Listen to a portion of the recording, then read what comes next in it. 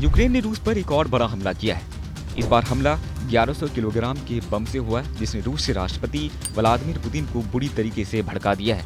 यह हमला 3 वर्षों से भी ज्यादा समय से चल रहे रूस यूक्रेन युद्ध की आग में घी डालने का काम कर रहा है। दरअसल कुछ दिन पहले ही यूक्रेन ने रूस में घुसकर 5 एयरबेस पर ड्रोन हमले किए थे। यूक्रेन का दावा था कि उसने रूस के 40 बम वर्षक विमानों के साथ ही लड़ाकू विमानों को नष्ट कर दिया है। जानकारी के मुताबिक ये वही विमान थे जो यूक्रेन में घुसकर बम बरसाते थे। अब यूक्रेन ने रूसी कब्जे वाले क्रीमिया को जोड़ने वाले पुल को 1100 किलोग्राम के विस्फोटक से उड़ाने का दावा किया है। यूक्रेन की सैन्य खुफिया एजेंसी SBU ने कहा है कि 1100 किलोग्राम के विस्फोटक से पुल के पिलर क्षतिग्रस्त हो गए हैं।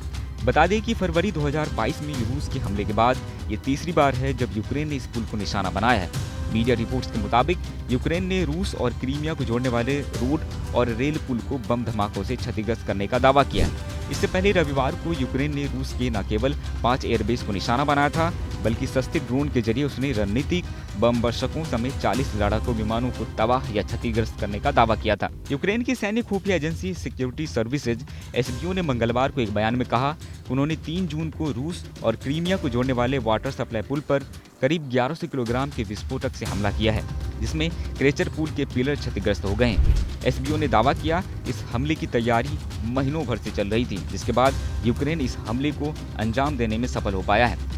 SBU ने एक वीडियो भी साझा किया है, जिसमें पानी में पुल के पिलरों के पास विस्फोट होता दिखाई दे रहा है, जबकि सरकारी रूसी मीडिया आउटलेट ने बताया कि पुल पर 4 बजे से लेकर सुबह 7 बजे तक करीब 3 घंटे तक आवाजाही बंद रही।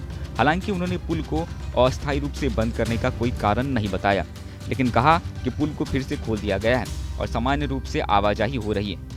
आपकी जानकारी के लिए बता दें कि रूस और क्रीमिया से जोड़ने के लिए ये इकलौता पुल है जिसकी लंबाई करीब 19 किलोमीटर है।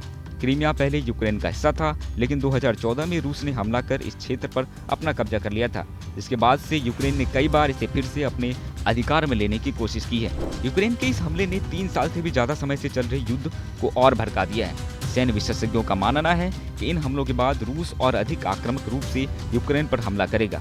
खैर, आपको क्या लगता है, आने वाले दिनों में रूस और आक्रामक होगा या फिर यूक्रेन के इन हमलों से रूस की आक्रामकता कम हो जाएगी? अपना राय कमेंट में जरूर बताएं।